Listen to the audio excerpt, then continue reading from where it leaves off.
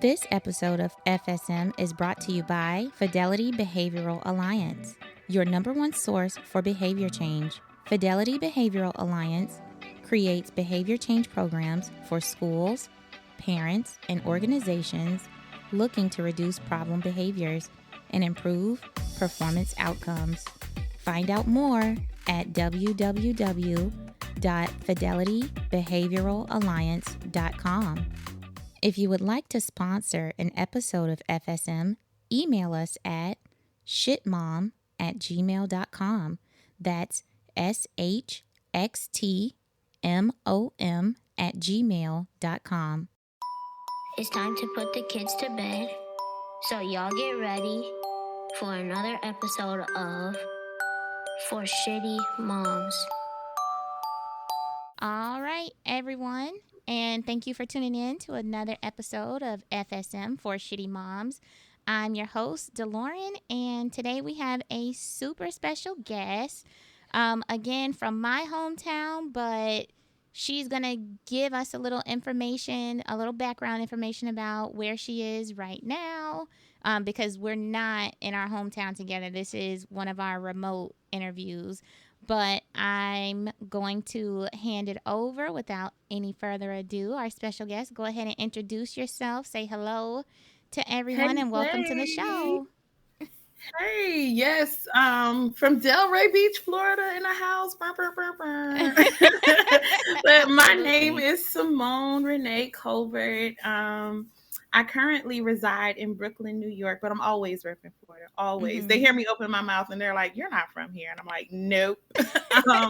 But I've been here for 11 years, and I'm a doula, a birth and postpartum doula here in Brooklyn, and I'm a mama and all that good stuff. Absolutely. So usually when I start the show, something new that I've been doing is just been giving the listeners insight as to how these interviews come about. So my husband, he's like the show producer, and we just kind of go back and forth with like my wish list, right? I have like a show interview hit list or wish list. Who do I want on the show in the perfect world? So when we came across your name, he's like, okay, you gotta give me some background, like who is Simone, what's going on, what's her story, and I'm like, well, if I could, I always categorize my moms, right? I'm like, okay, this mom falls into this category, and I'm like, Simone is like my free spirit mom. Like if I could just channel that free spirit, that fun, loving energy, like positivity. Sometimes when you like go live or post your reels, I'll like watch it in the morning. I'm like, okay, that's how I need to start my day. Like, thank you for that. I love that. I love that. I really just be having a good time. If something's on my heart, you know what? That is hilarious. Let me post that. For me and my son dancing, and he will hop in. He's like, "Mommy, I'm with it." Right. I've seen like the car rides. I'm like, okay, this is it's like a whole vibe. Like everything that you have going on, whether you're doing your doula mommy stuff.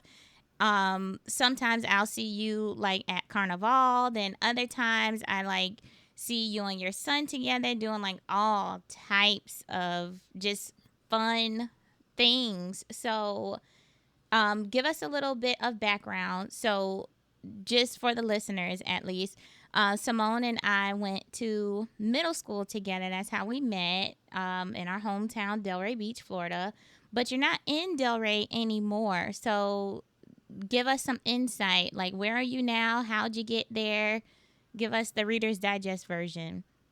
That is a great question, Lori. You know what's so funny? We had a class. Miss Willingham taught like a careers class in middle school. You remember that class? Yeah. And she had us write, where do you see yourself as an adult? And I remember I wrote, I will be living in New York City and I'm going to be a dancer. Oh, I've wow. always loved dance. And it's Uh-huh. so interesting how powerful the tongue is because I kind of manifested that in a way Yeah, in middle definitely. school. So here I am, so many years later, and I live in Brooklyn. Yes, I've been here, like I said, for 11 years. And how I got here was actually motherhood. Okay. Um, After middle school, my family moved to Atlanta, and I went to high school and college there. Shout out to Spelman College. I Okay, went to Spelman in gotcha. Atlanta, and that's actually where I became a mama. I Oh, had okay. a spell house baby my junior year, Okay. and I really needed to ground myself and kind of start over. And my family had moved to Brooklyn while I was in Atlanta, and this is where I ended up. I came to New York to kind of start anew.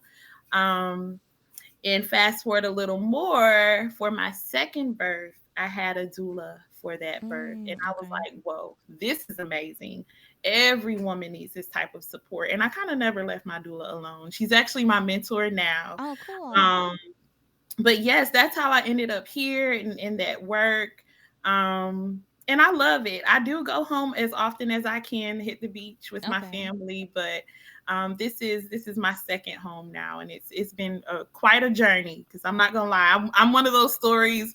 I came here to start over, but it was a struggle in the beginning. I literally came with 2 suitcases, my oldest son on my hip, like, Mm-hmm. "Mama, help me, please." But it's like that sometimes. Sometimes is beauty in all of those transitions, even though you don't see it at the moment. It's kind of like when you can look back, okay, this transition set me up for this. That transition set me up. And, that kind Yes. of becomes your story. And I see you doing some amazing things where you are with other moms. I think it's amazing. I'm like, dang, I wish you lived here. Like, I wish that's something that I had when I was pregnant and going through everything with my son during that pregnancy.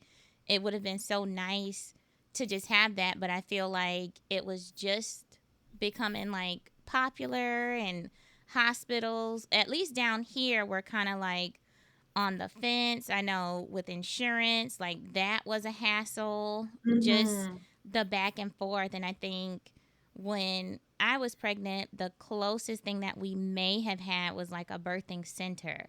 But then at the time, my OBGYN was like, absolutely not. If you go that route, he's completely hands off. So Yeah. it seems like now people are more open.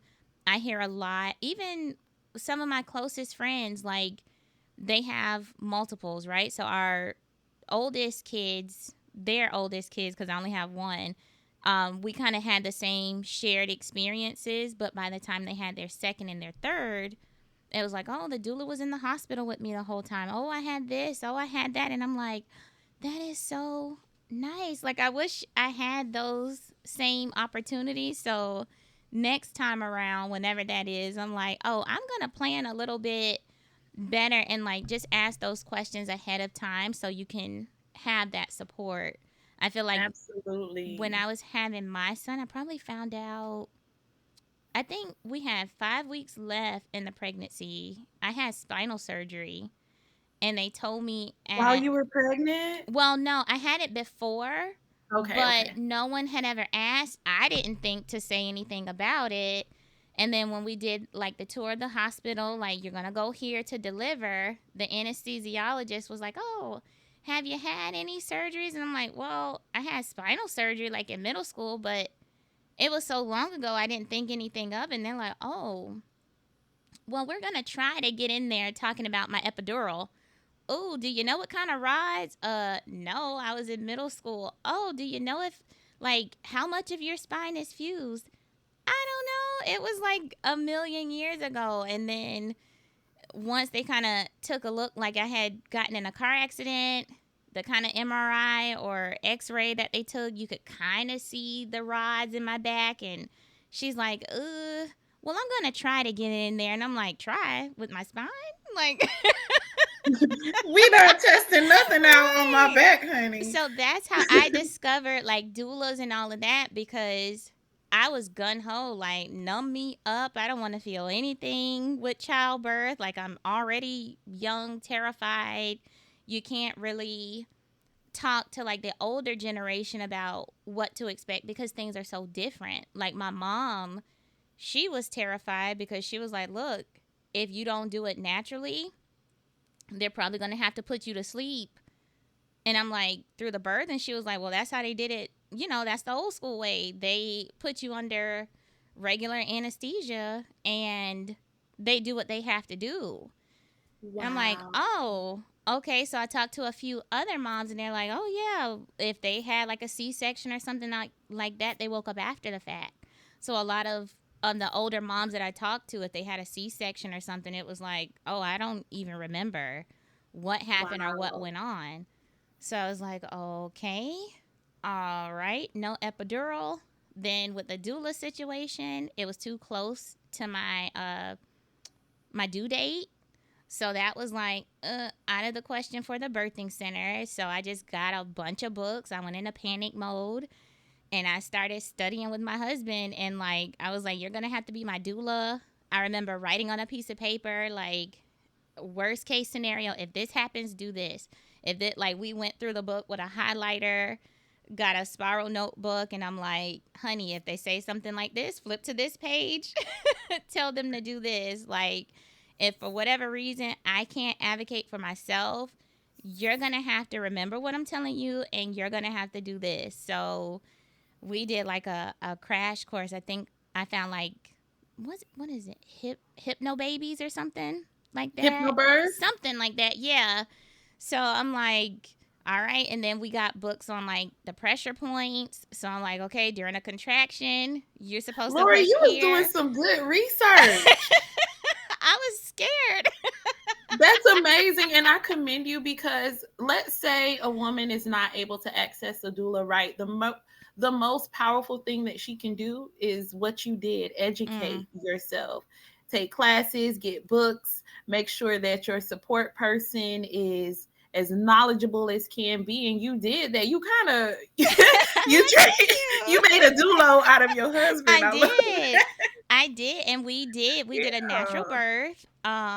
So I was awake through it. Like, I just told the anesthesiologist, like, thank you, but no, we're not even gonna try. I appreciate you trying with the epidural, but I don't want anybody trying. It sounds like she was just gonna try to get in there and poke and poke and poke until she was Mm-mm. able to. And I'm like, no thanks. But he was great. Like, once I started freaking out because I didn't expect to have my son. He came like a week or two early. And I didn't expect, I guess I forgot. I didn't think I was in labor, but I was already in labor. So it was kind of too late for an epidural anyway. And they're like, oh, girl, you having contractions. I had no clue because you don't know what you don't know, right? Yeah, the first time around, it's something. Yeah. Right. So I was like, I wish I could have had, like, I had student nurses in the room, and that was like a free for all, like legs spread eagle, and then like, oh, we've never seen a birth. Can we please watch? And I'm like, That's might as something for well. your next birth plan too. And I tell my families that all the time. Look, if you don't want students and all of that in the room, let them know no. Mm, And the truth is, Black women have been used as guinea pigs mm. since the Okay. beginning of time. So we have the right to now say, you know, I don't want any students. And like you said, you will not be testing out, you know, your skills on my back. You Yeah. know, that's not how we're going to do that. Yeah. I just wish I knew, because I only knew like certain things, and I knew like, oh, I don't want to play around with my spine. So that's a no. And then everything else, I'm like telling my husband, look, they're going to look to you. They're not going to ask my mom questions, because I know, my mom and my sister, they will advocate. But my sister, she's a nurse, but she was on the West Coast in Tampa. So if somebody has to make a judgment call, or if somebody has to do something, like, they're looking at you. So that was just an experience for all of us. But I'm just like, how nice would it have been to just have that extra person, like, nope, we're going to try this. Nope, we're going to do this. And luckily, I was blessed. My OBGYN, he was totally cool. He was like, it's your first kid. You know what? The best thing for you to do, go get some sleep.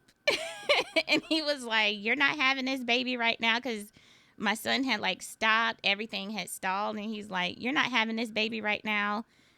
You could do whatever you want." I had yoga balls, I had essential oils and electric candles, and I'm like, I'm gonna get him to move. I think at one point he flipped, and it was like, oh, we can't do a breech birth, and I'm like, oh God. So we did the walking and the ball and the rolling, and then he was just like, you could do whatever you want to do. I'm going home. I'm going to sleep. It was probably like 6 o'clock in the evening, and he was like, I'll see you at 4 a.m. and we'll see where we are. And if you have the baby, or the baby starts moving again or whatever, like they'll call me like deuces. And he just left us like to do whatever we wanted to do, and I fell I love asleep. that. Yeah, You got to shout him out. I love yeah, that. Dr. Because Ricardo we, Aguirre, he was awesome at Bethesda yeah, shout Hospital. him out because we need Black women to go to doctors like that, right? Yeah. Like that'll say, you know what, I want you to labor at home as long as you can. Sometimes we get in these hospitals too early, and like you said, things slow down.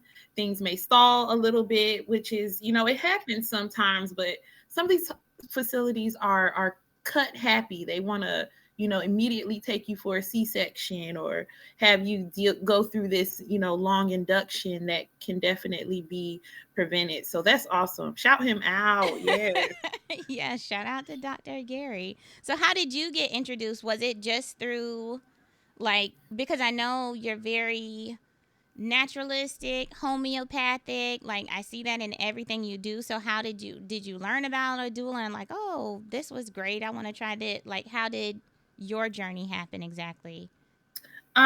So for my first birth, I actually did not have a doula. I got pregnant my junior year in college.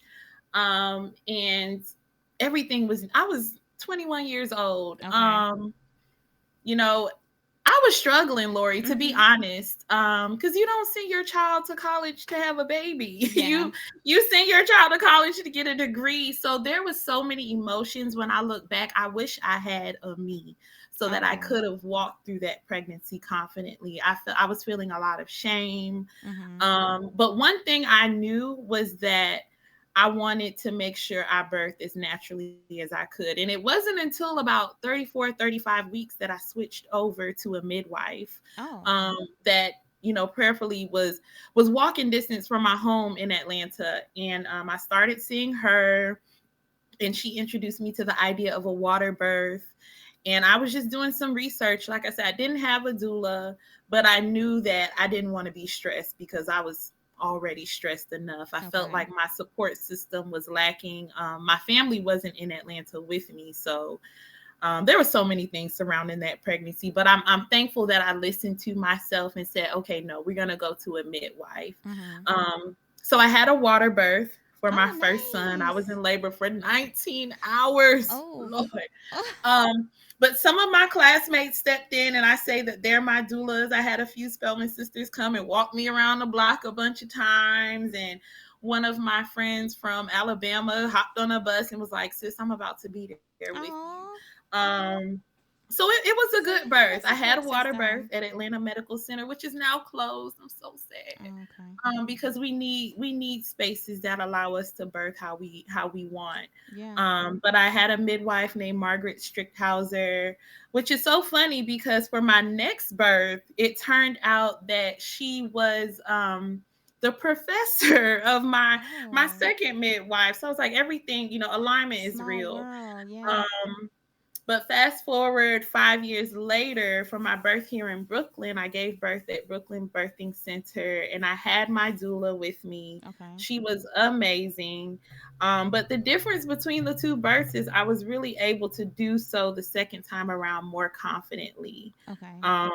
Of course, I was a little more of age, but having a doula and having proper support makes so much of a difference. It really does. Yeah, It really absolutely. does. I think what you're doing is Um, like amazing, and I wish more people knew about it. So please keep doing what you are doing, because I just Thank feel like you. this is what people need to see. They need to know like these resources are out there, because in hindsight, I feel like as a young mom, early 20s, now when I think about it, I'm like, I should have been terrified, like thinking about going in to labor and giving birth. And now I do feel like that's one of the reasons that I'm kind of like, let me like really try to plan things out before I have the next one, because yeah, you really are going in there and you're putting your life on the line. And as black women, I feel like I was so young, I didn't know, like you don't know what you don't know. So I Mm-hmm. really didn't know to be more cautious and more concerned. And now I just think about it like, you know what? It's probably good that I didn't know, because the thought of it now just kind of freaks me out. Like, that was a miracle in itself, like how things turned out. And it turned out good for me, but that's not the case for so many other black moms. So, Listen, it's yeah, so true.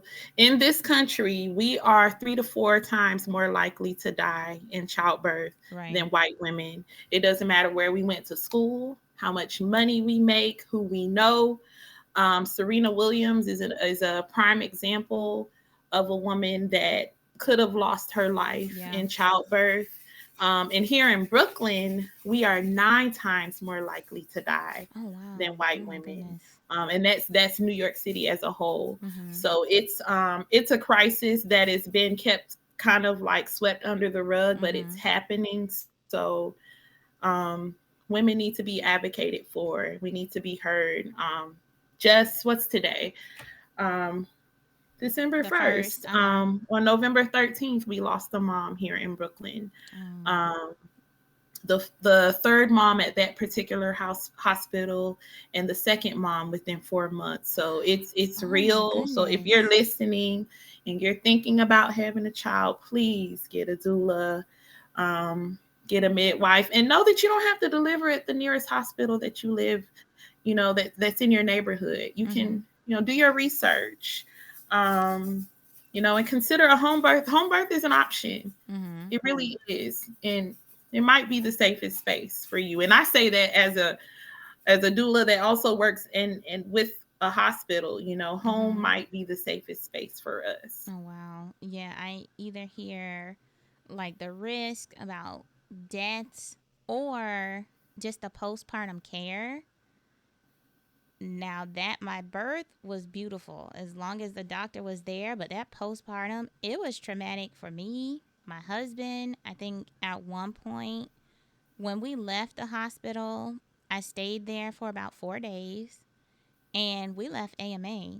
Like, my mom had it, and when those mamas have it, she was trying to like let me do my thing and follow my lead. Like, you know this was, I guess, my first walk into adulthood and motherhood.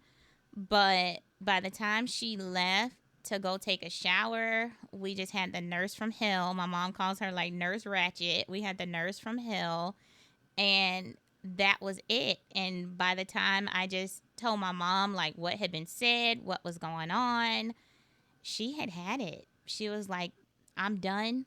Pack this shit up. We're getting out of here. Like, they couldn't find whoever the pediatrician was supposed to be. She didn't care anymore. Like, the F bomb started flying and she just started Ooh. packing up that room. Like, my son ended up with jaundice. It went undetected. And there was, what are they called? PCT, PC. One of the techs who kind of goes in and out of the rooms. We just Mm-hmm. couldn't get him. We couldn't get him to eat. We couldn't get him to stop crying. We kept changing the temperature, and then after a while, he stopped opening his eyes.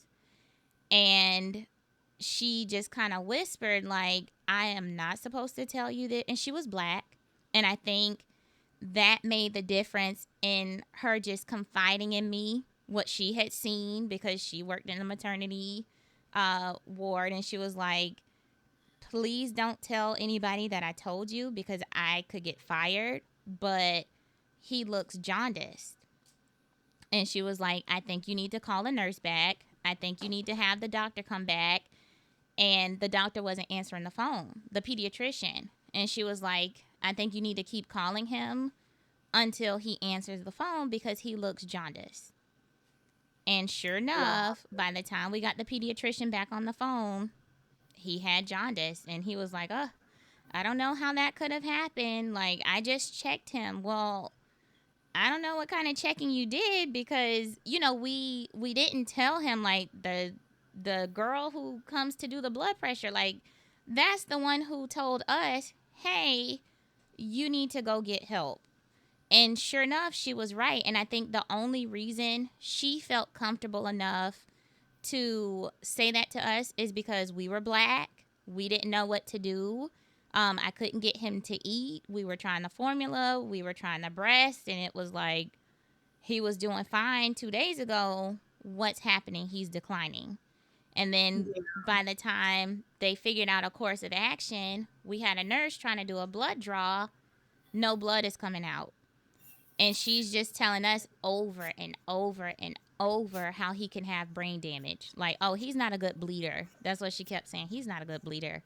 He could have brain damage. And we're That's like, so inappropriate. he's 2 days old. Like, what? So by the time I told my mom that, she was like, we're getting the hell out of here. Pack this shit up. And if that bitch comes back in this room, like, you better point her out. And I'm like, okay. At that point, and my mom doesn't have a medical background, but, you know, she knew it was time to go. So we found a different doctor. We told my OBGYN what was going on. He made a few phone calls and then he told us, hey, that nurse, you need to report her.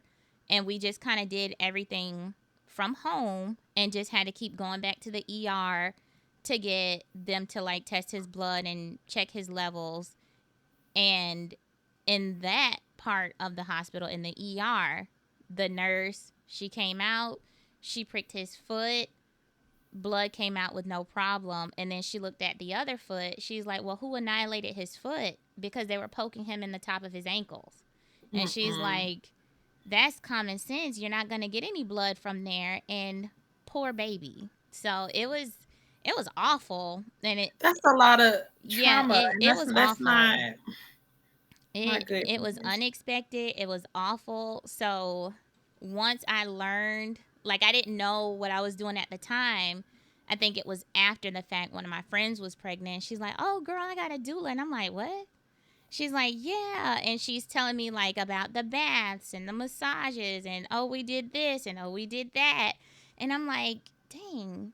I think that's what Simone does. Like, I think you posted a few times, and I'm like, oh, that's what it's called. Like, why didn't anybody tell me? This is amazing. So I think I've kind of kept up with you because I'm like, why don't they just have this? Like, everyone should be able to have that Everywhere. experience and have those options. And it's so sad to think of like how archaic it still is. Like, we're in 2023 going into 2024 and it's still pretty uh, I don't know, archaic the way women have babies. Just simple things like you said, the fluids, the IVs.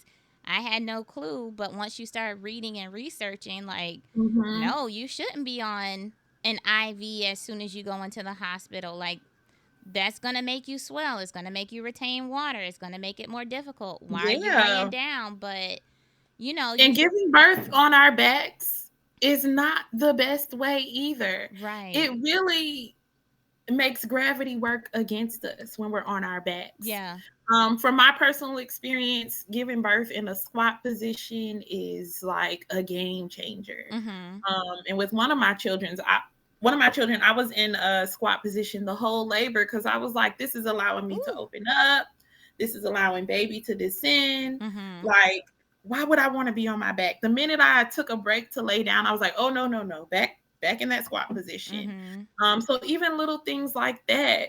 Um, if a doctor tells you your fluid is low, your amniotic fluid is low, one thing you can do is get in the bath, take a nice bath, and let your body begin to retain water that way. In addition to staying hydrated, instead of going immediately to Oh. the hospital and one thing leads to another, and then you're in the OR. Yeah, So there's so many little things, but I'm going to continue to spread the word because I absolutely. really feel like this is sacred work. It's needed work. And not only that, it's something that we've had, like I said, from the beginning of time.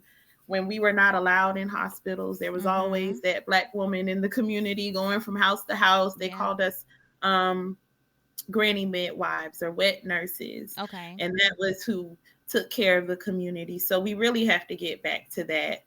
Um, because, Black wombs create worlds, and we have to protect that. We really do. Absolutely. We have to protect that. So, how does your work, because it is so involved, how does that affect motherhood for you personally? Like, are you just on call 24/7? How does that work? I'm still day by day, I'm still working out how does it work. I'm really thankful because I have an amazing co-parent.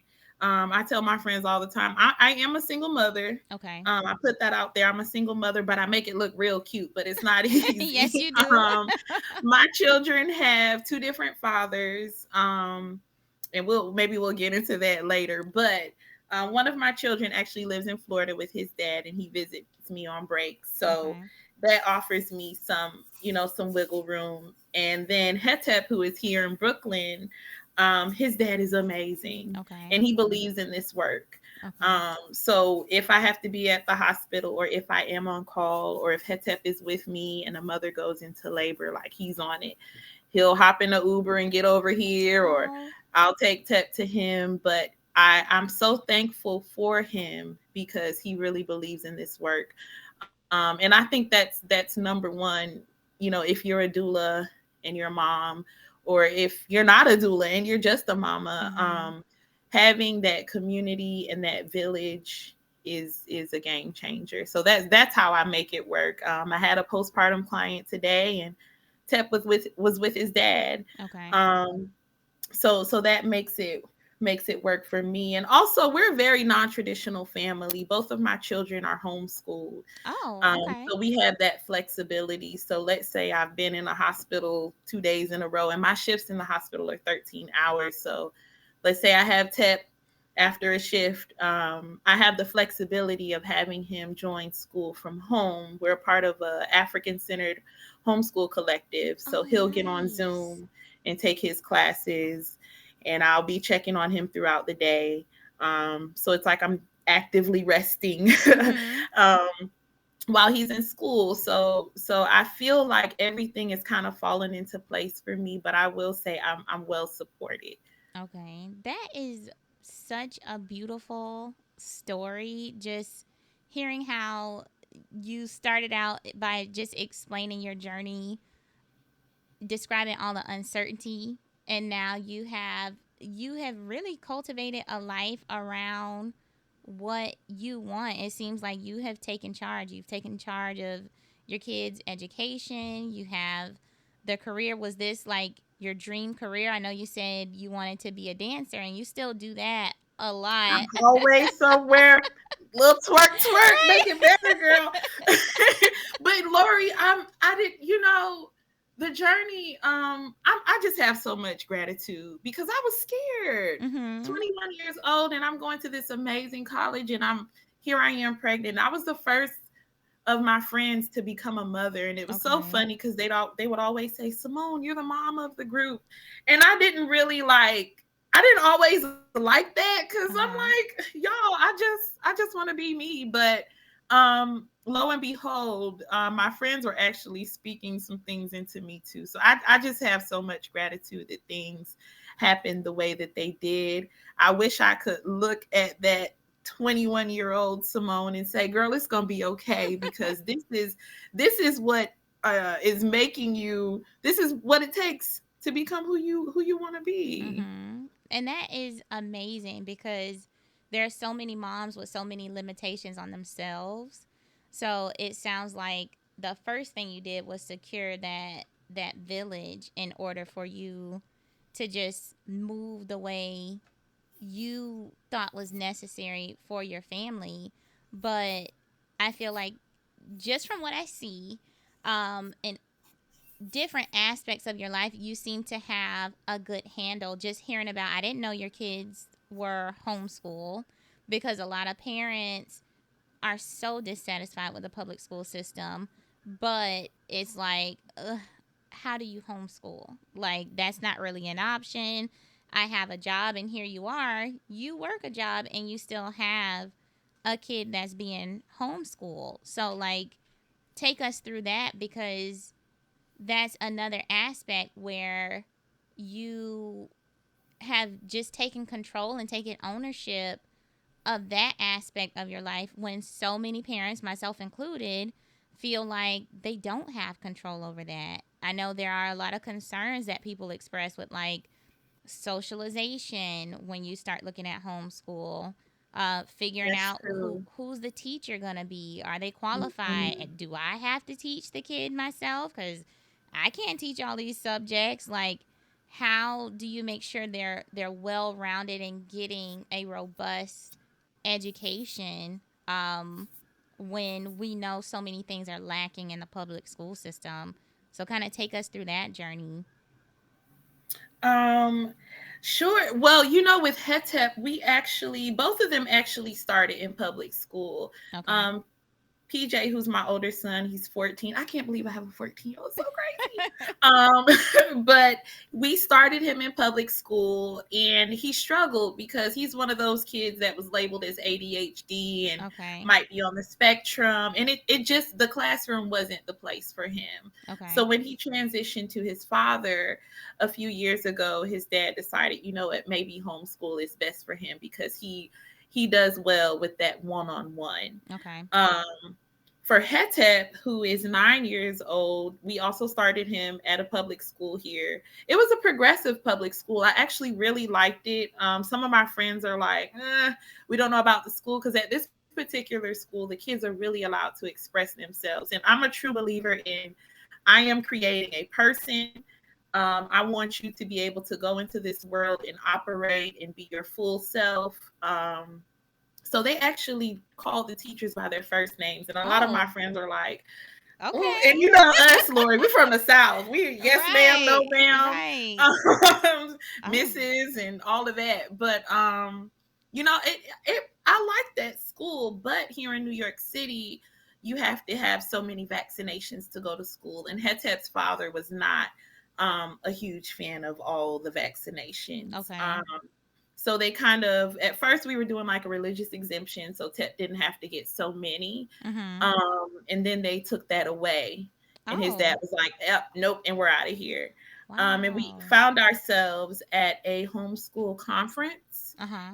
and we actually met the principal of the school that he goes to. So when I say Hetep is homeschool, I'm not actually his teacher. Okay. I don't teach all the subjects, even though I do check his Google Classroom and make sure his assignments are in. But Mhm. he's a part of a collective where they actually have an in-person site here in Brooklyn, and then they have students that join virtually, so you can do either or. Okay. Let's say for you, like your children, you would be out of state, right? But your Mhm. kids can still join and go to school. For those that are here in Brooklyn, they have the option of going in person or virtual. So that's kind of how we work that. I love his school. The hours are also very non-traditional. He goes to school from 11 a.m. to 6 p.m. Mm. Okay. Um, so for the parents that have a 9 to 5, you Yeah. kind of got to pull on your village, like, hey, I'm going to drop my child off. Will you take him to the school? Or, Mhm. hey, your child is going to come over to our house, and they're both going to log in and do school Okay. that way, for the parents whose jobs are a little more flexible. But it's a very community aspect for that school. But all the teachers are Black. Mm.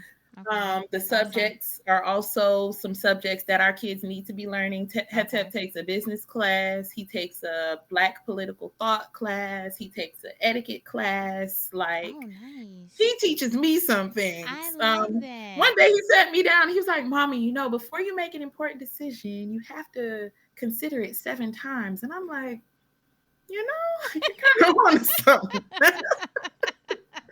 But he's so intelligent, Uh and huh. I'm just so thankful again.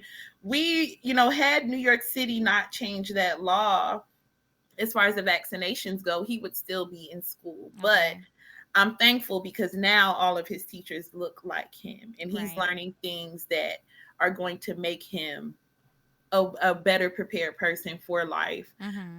because they address real things. They address gentrification in our Mm. neighborhoods. They address, you know, health. They have a health class where they actually sit down and look at the ingredients in certain foods. Mhm. So when we're in the grocery store, and if I put something that ain't supposed to be in the in the cart, Tep's like, Mom, that has trisodium glutamate in it, and we don't. I'm like, you're Oh, right, baby. Let me put okay. this back. You know, so Accountability. Okay. I love it. But that's kind of how that happened for us. And again, it wasn't planned. It was just alignment, and things kind of fell into place. But I will say, for families that are interested in taking their children out of the public school system, do your research, because there may be other families like you. And, you know, you can create things in your own community. Yeah. You know, I don't put it past our Delray Beach brothers and sisters to put something together like that. We have so many teachers, and educators. As I look back, I'm like, wow, you know, Right. who knows what You're can be right. created. Yeah, Delray is the black community in Delray Beach is very solid. And you can go back generation after generation and it's full of educators.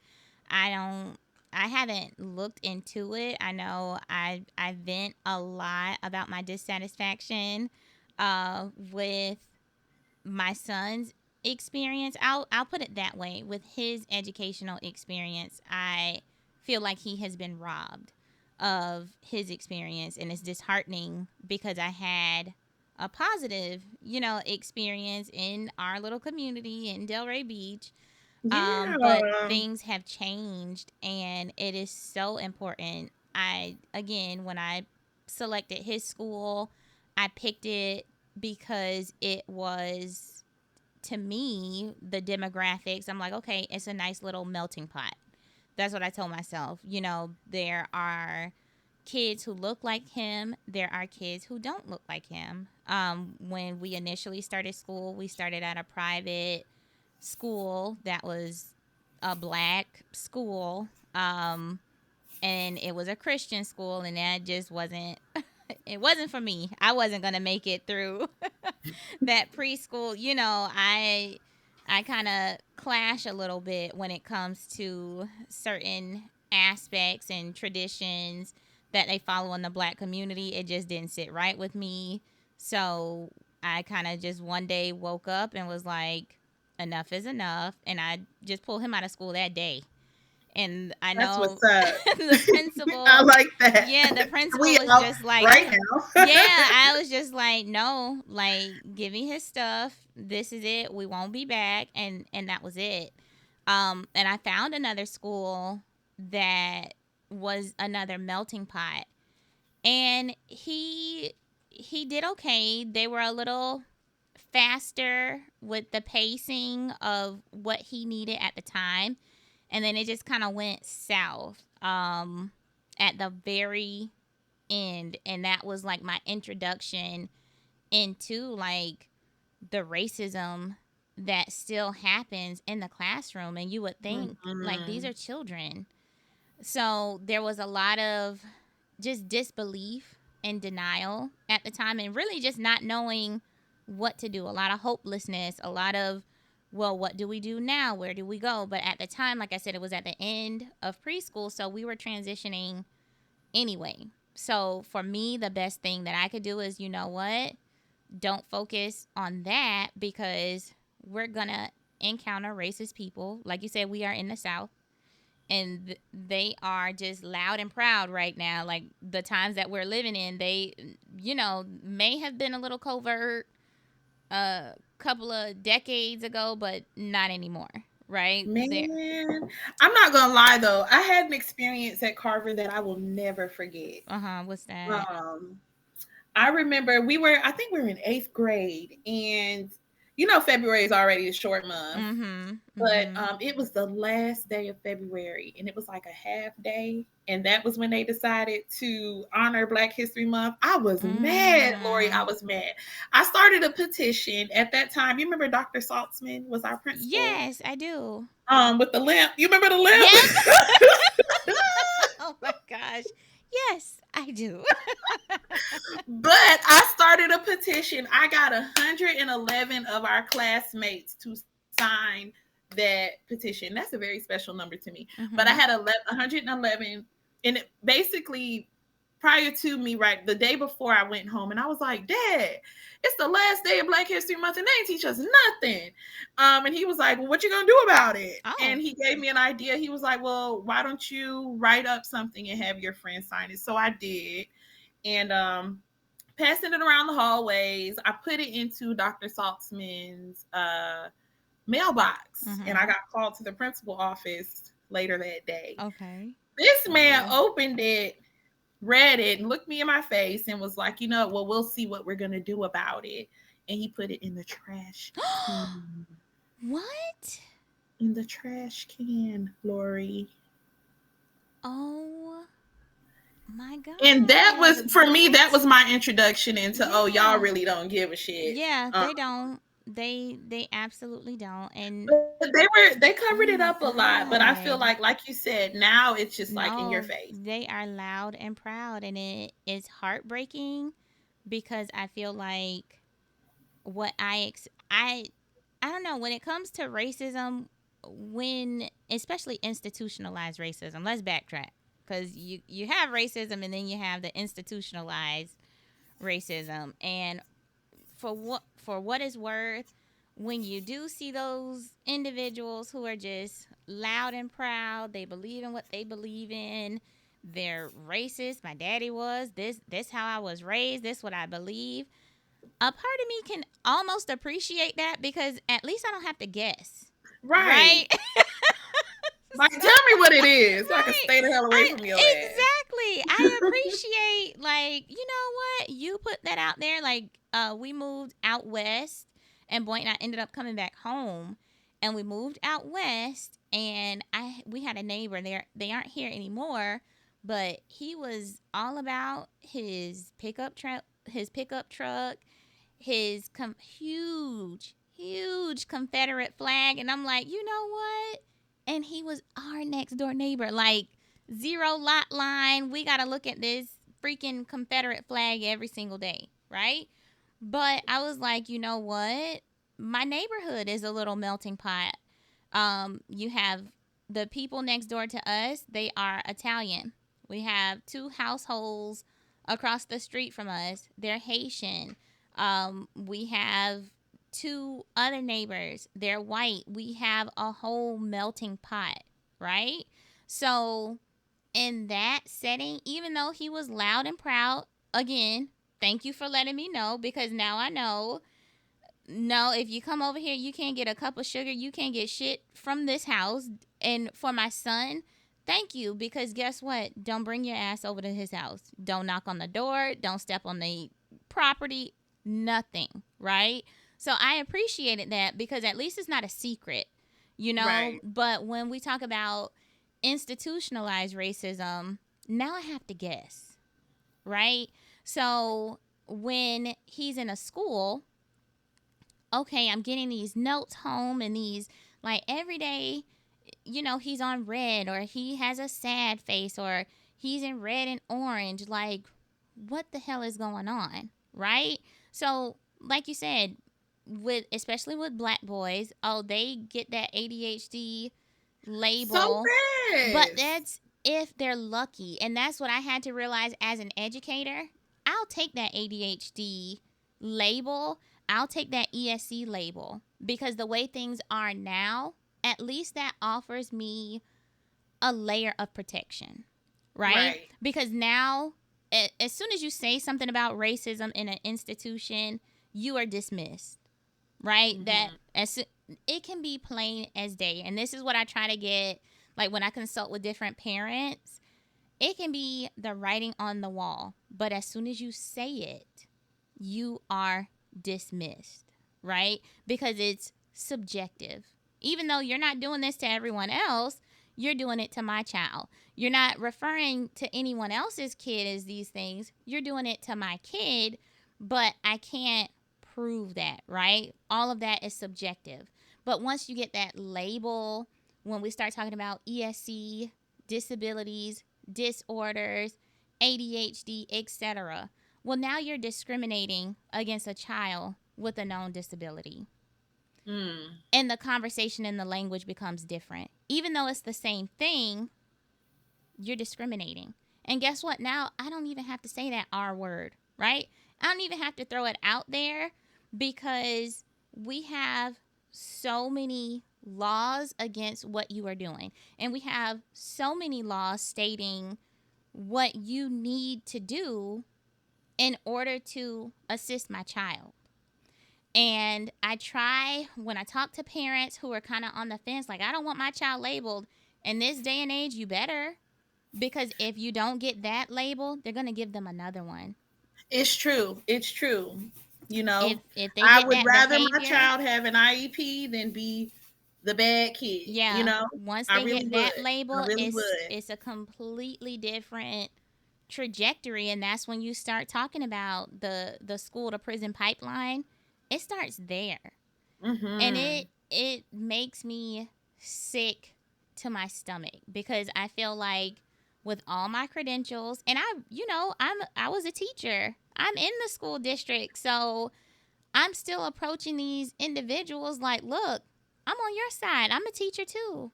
Simone, they didn't give a damn. They would try to pacify me, pacify me to get me out of their face, but you're still destroying my kid. So now I got to advocate a little harder. Now I Mm-hmm. have to press the envelope a little bit more because you hear me, but you're not hearing me.